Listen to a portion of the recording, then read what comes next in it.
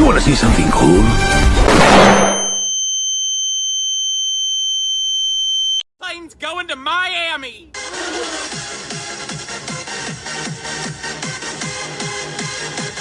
Generation Z jobs. I just want to express my concern with this because there are problems right now, and there were problems before we started saying that Generation Z's job problems was a big problem here. And I just want to take my experience with job hunting basically so far right now, because I had a couple of part-time jobs during school that, again, that wasn't my decision, but I'm just saying that there were a lot of problems and indications that also are contributing to what Gen Z's job issues are.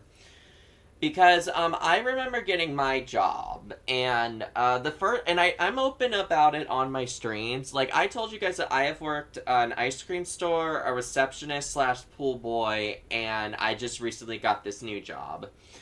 And I just want to... This is my problem that I'm having with jobs recently. It's... Let's say you actually, like, let's skip everything, like, let's say, like, hypothetically, I got hired. Let's just go with the hiring process. You know what, I magically got a job in this day and age. Let's just go on to it or whatever.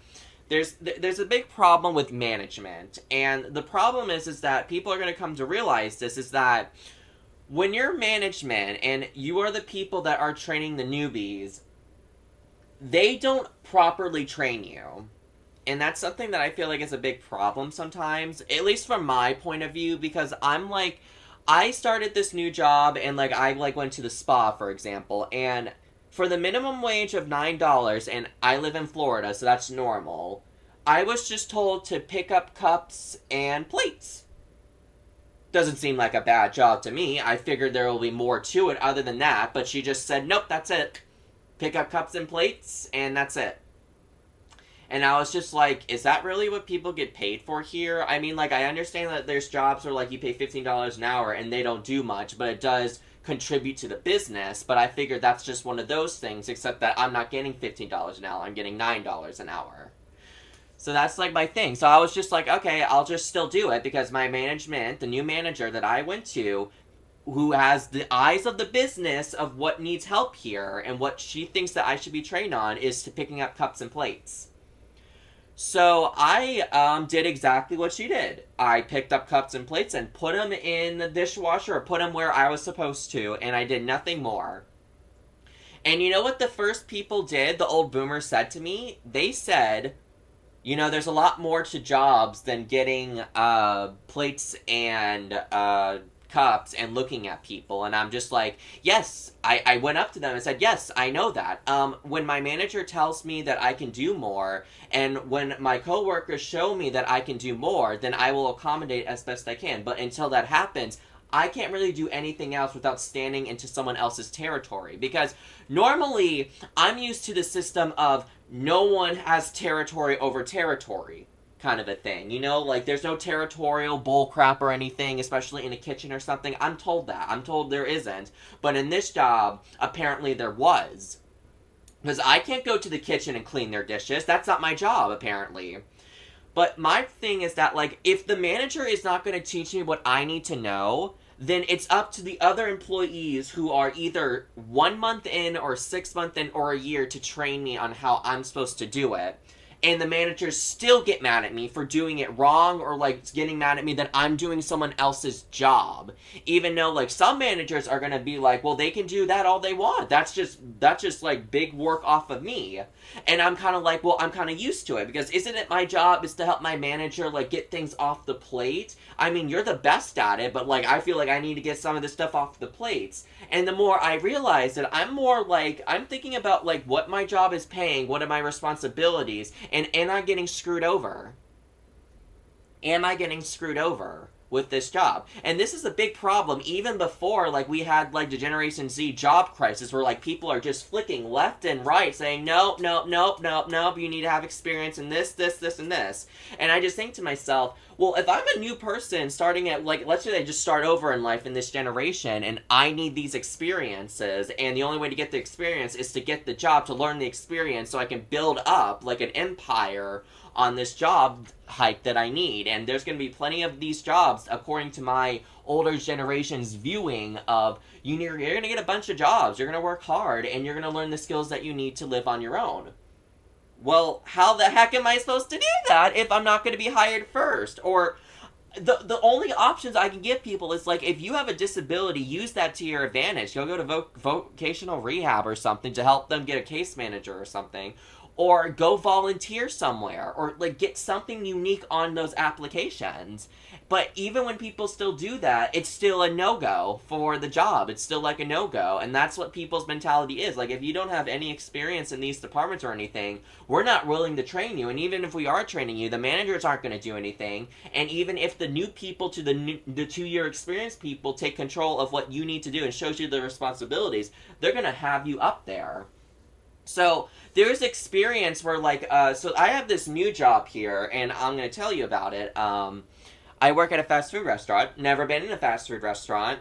And really, honestly, I think it was my age is what got me hired, honestly. But, hey, if they were thinking about age, that's good for them. They have more hiring opportunities than what other people are saying you need experience for. But either way, I'm excited for this. I'm like, I can't wait to actually, like, see what my position is and what I'm doing. Because when I initially applied for the job, it's a team member. So I'm like, well, I have some team member experience. And even if I did not, I'm still going to be a team member.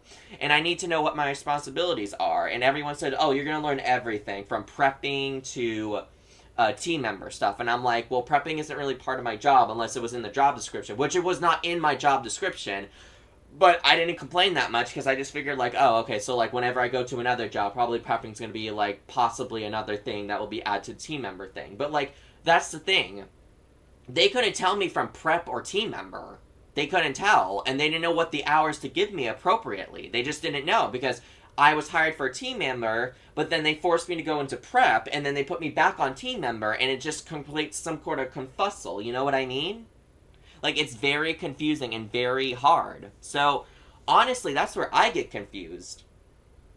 Because then I don't even know my own job, and they pay me for whatever minimum wage is in your country, and they're not even going to teach me. Like, they're probably going to teach you once or twice, and they're going to pray the Lords that you get it on the first try. Otherwise, the younger people or the people who have been there longer will try to teach you, and they would still find a way to, like, the manager would still find a way to not be happy about it, even though they question, like, why are you doing this when I asked you to do this? And I'm like, well, I'm told from my team members I'm supposed to be doing this kind of responsibility. And they're like, no, no, no. And I just assume, like, oh, I talked to someone who's, like me. Like, I only been there for, like, a month and a half, and I'm just like, well, I need the manager to tell me something. Like, at some point, like, you're gonna let me lead to my own demise here. But I need something from the manager point of view to someone training me on how you want me to. You don't have to do paid training with me. You can either just send over something on an email or something that I can review or something. And there are times where, like, I get frustrated with, so there's, like, a sauce station where we're supposed to handmade the sauce here. Well, I didn't know what to do. They just told me, hey, go make some spicy rub sauce. And I was just like, what? Okay, I'll do it, but you're gonna have to tell me how to do it. And they're like, well, I don't know what else to tell you. You have to make it. And I'm like, okay, well, do you have, like, a guidebook? Are you gonna train me? Are you gonna teach me? Is this part of my job description of what I need to do? Because I don't know. All you said was to do one specific thing, and that is to prep. Okay? I prepped before, but you have a prepping system that I need to adapt to. So I'm just confused, like, are you going to train me? Is this something that I have to learn on my own? Like, there's no direction into this. And they just, like, and then, like, I find out, like, 3 days, like, 3 to 3 weeks later that there's a book that teaches you everything. And I'm just like, can I use this book? And they're like, no. But I'm like, I look at the other person, and they're using the book. And I'm like, why are they using the book? It's because I needed to make the sauce. Well, why can I not make the sauce? I'm on your prep team. He's also on your prep team. He gets to look at a book. Why don't I get to look at a book? And I'm just like, well, I guess you can use the book now. So then I'm like, well, why did you not tell me I can't use the book before? Like, it's stuff like that that makes this more confusing and hard. And this is just, like, even when you get into the job. Like, when I'm expected to get a job, I don't really care about the pay. My thing is, like, I need to help this business thrive. I need to help out, do my responsibilities, and know where my boundaries are. That's all I need to know. And if the managers ain't going to give me that simple instructions, or if they're not going to put someone in charge of me to take care of someone, what the heck am I supposed to do? And then you have to learn it the hard way, where, like, they punch and kick you, they yell at you, and you make mistakes. Like, I remember I was on the line, and I had 2 orders with the same name on it, and their name was Bella. And, like, there's a Bella T and a Bella S. And I was told in that moment they were the same customer, and I was like, are you sure? Because they have 2 different last names. I mean, they ordered the same thing, but there's 2 different last names. But they told me 2 hours later while I was making it, like, yeah, so it turns out they're both Bella. So I then, like, okay, so, like, they want me to make sides for Bella, and I'm like, okay, so I'm going to cancel the one on the right, because we all agreed that they're both the same, so we're going to cancel one of them. And then they just told me, no, don't do the fries, I didn't say drop the fries. And I'm like, why? Because this is for Bella, the Bella that we knocked off. I already did the sides. And I'm like, well, why did you not communicate to me that you already made the sides and you just want me to bump off the ticket in the first place? Like, and that's the thing. There's no set structure, even in the business that you get sometimes. Like, if there was structure in the building, I had something to work with. But that's, again, you just get hired, and, like, they're just expecting you to do whatever you can. It's like a free-for-all, and just do whatever you can. And pray the Lord that you don't make a mistake, or else you're going to get scolded for it. It's like, what the heck? And that's another thing about generational job things, because I just explained, like, some of the issues that you're going to experience even when you even get into the job. Like, if you're lucky to take the job, that's just, like, glory on you. But then, like, you're in a world of hurt when you don't know, when the managers don't even know the structure. Because I looked back at my old job, and they told me there were 7 managers. And I was just like, that's 7 different routines that everyone is supposed to learn. Because there's one general manager. There's one direction that we all need to please by, unless the one manager wants to change it. How is 7 managers going to change anything? And then, like, we have to adapt to what they want. Because apparently, because this is another thing that I found out in my job. So, whoever's in charge, I just adapt to what their system is as best I can. And they all have different systems. Well, what if they're both there? Because, like, I'm told, like, not to do certain things with one person, but the other person's there. And then I try telling them both that you have a system how you want to run the thing, you have a system how you want to run the thing, and I need to know, like, when you are both here, how does the system want to run? Okay? Because I'm told many different things from you, and you. And then I have another issue where it comes from, like, let's say, like, there was miscommunication. Well, here's the thing. If there is miscommunication, I need to be known what the miscommunication was. I can't just go continue my job willy-nilly and, like, I don't realize there's a mistake being made, and I'm not told that, and then somehow that falls on me for not understanding. And I'm like, could you maybe just tell me that was the problem? Could you just maybe, I don't know, nudge me to the side or something? Or, like, when we're not busy, to tell me what the problem is? Because I told these people 3 times. Like, there was this person who ordered, like, a dine-in order. And I already had everything set for the people, because I need to jump on the side station, because they need help there. So I'm like, I set everything up, I pull them over, I show them what the system is. It's the same system that they worked with for a while. I just put the trays on the left side over there. And apparently, what do? They pick up 2 different trays and put the food on it. And I'm like, there's already a tray set up with everything perfectly, like I aligned it as best I can. And I'm like, is there something wrong? Did you not like the system or something? And they didn't say anything, but they just took the food. And, like, it looked like the exact same system. They just took the trays and they just took my sticker and just put it on their sticker. And there was nothing wrong. That's all it was. There was no changes whatsoever. And I was just like, well, why did you waste your time taking another tray and putting my sticker that was already prepped and stepped up and put it on your tray and your stickers and then the food on that one? I already set you up for gold. Why did you change that? And he's not even on the station. He's not even on the bagging station. He's a cook. Why is a cook contradicting my problems? I'm trying to help you in everything. There's no system in place. And my manager tells me, this is how you bag. And luckily, she told me how to do that, thankfully. She luckily told me how to do that. Otherwise, the other people were going to have to teach me. And probably they didn't want to even be teach either, because that's not their responsibility. Their job is my responsibility, is to do whatever it is to make the restaurant run efficiently under one control. And I'm like, they probably didn't have the time to teach me. It's supposed to be the manager or the upper manager or someone's responsibility to look after me until I can get the reins on hold. And then you can lead me to my own demise or whatever. But again, that's just my problem with the generational world when it comes to, like, getting a job. And then when you get a job at Generation Z, it's completely ridiculous. Because I could apply for 100 different jobs, and I can even have experience with it, and you still get shoot down. What am I supposed to do? And, like, you get the people like, oh, what is the matter with you people? Why aren't you working? Why are you lazy? Go get a job like everyone else. And I'm like, oh, I would love to get a job. There's a problem. Economics reasons. Rule number 2 is that you guys live in a generation where there was less restrictions, where you can make the money that you need to survive without stressing your eyeballs out. And secondly, we're not being lazy. It's just, like, a lot of things are happening in our lives. And, like, you've been adults. You've been through this exact system, so I don't understand why you're not resonating with us. Like, you've been teenagers before.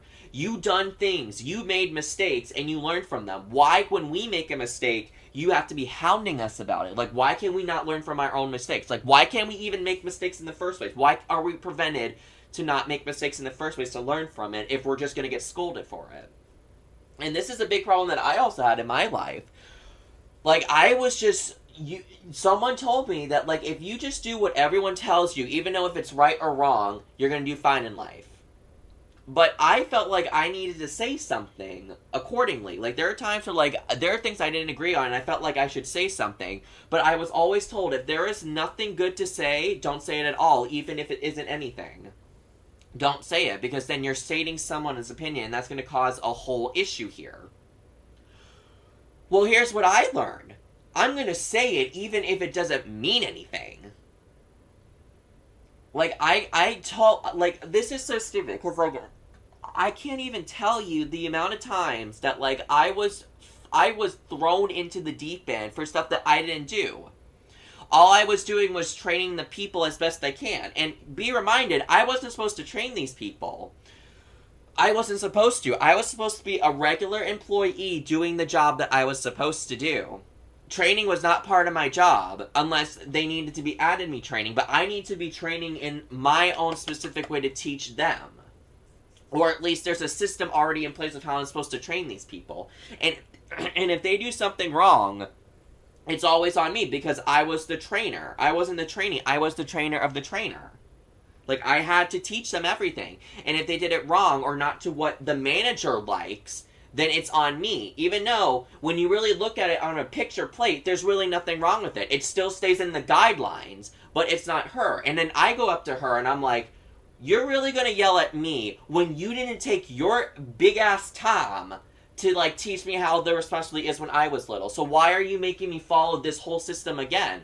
Honestly, if there's a system that you want me to follow, I will do it personally to your demise as best I can with the system that you give me here. But in some situations, I'm going to look at this and, like, I know where the lines are met. I know where they're drawn. So if I'm going to see that they're going to try a different way to still make the product good and it doesn't fall back on them, then I'm going to say good job to them. Even though it wasn't right in the system, but it still works in the system, I'm going to say good job. I'm going to remind them to keep doing what the system is. But if you want to do that in some sticky situations, I have no problem with that. But I get yelled at for it. But it's okay. It's okay. And I learned this in the job situation. Sometimes you just don't win. You just don't fucking win. You just let them talk. You just let them talk, okay? It doesn't affect your job or anything. If they are threatening you with your job, then listen up as best you can. But other than that, if something happens where, like, it's completely out of your control and, like, something happens, you just have to adjust and move forward. And that sucks, because some things I don't want change, but I have to change. Some things I don't want change, but I have to change. That's all it is. And all I want is, like, if it's change, I want the good change, not the bad change kind of a thing. Like, if some minor inconvenience happens, like, I've told this a million times, like, some minor inconvenience is happening with my living situation. Because I'm in the unknown right now. Because I'm letting my fate decide between 3 people that honestly don't even know what to do with this trust. Like, this, like, I live in a trust family kind of a thing. Like, it's they're the 3 head of the people that make the decision on the house. And I need all 3 of them to be on the same page, and they're not. One of them is trying to control it into her way. The other 2 are, like, still learning how to be trustees kind of a thing here, and it just doesn't work out. And the problem is that they are fighting so much that it turns to a point where we have to kick someone out of the trust, and the only way you do that is by paying a big odd amount. And that can be a very problematic thing, because that goes into your savings and your 401k. Because that's how much money I have that I can try to buy her out of it or something. And then we have to rechange the structure of who's in charge here. Who's in charge? That's like a big deal right now, even though it was already set up in the beginning. But should it be this way? No, but it was just how it was. And if someone wants to change charge, I feel like I should be, like, notified when that happens or whatever. But anyway. Like, but again, like, you notice how I didn't say myself as a part of this. I don't know what's happening. All I know is that I'm just supposed to pay my bills and move on to the next month. That's all I know. This is a complete strange acquaintance, and I'm like, until I get the green light button to tell me, all right, this is how much time I have before I have to make a decision of what I want to do here. That's what I'm waiting for. And it all becomes of the people who were either thrown into this or knew that this was coming to make a decision. To make a decision on my fate. And again, I don't know what I want to do. All I know is I have a set period of time and I have to make a decision. And I go through this in my head a million times. I'm going to be a calm, collected person about this. And I'm like, I have two options. Do I sacrifice my mental health in order to save that could benefit me later on in the year? Or do I leave now, save when I can save, but my mental health isn't going to be a big factor in this. It's going to be like healing. The healing process begins, but we don't know how long it heals. And my biggest fear is that, like, all I'm doing is changing a house or a room. That's all I'm doing. My life isn't going to change. The only thing changing is the room. That's all it is. Changing a room. Like, this isn't going to make my life happier or anything. I mean, who knows? It may depend on who I live with or something if I make the decision that I want to live with someone, but again, like, minor changes are going to happen. Like, the only thing I have to do is the room, the adjustment period, and who I live with. And those three things aren't going to be, like, a big factor in, like, changing my life or anything. But who knows? It could. It's only, like, a small percent chance that could happen, and I'm not too hopeful about it because I don't like those odds, but, like, at least I got odds, right? I have those odds in my favor. That's all I'm going to say. I have those odds in my favor. It's really hard, you know?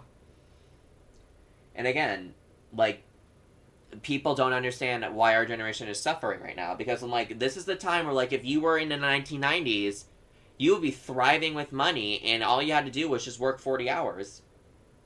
You would just make, like, very good bank, and you could, like, actually afford some stuff here. Not for us, our turnaround.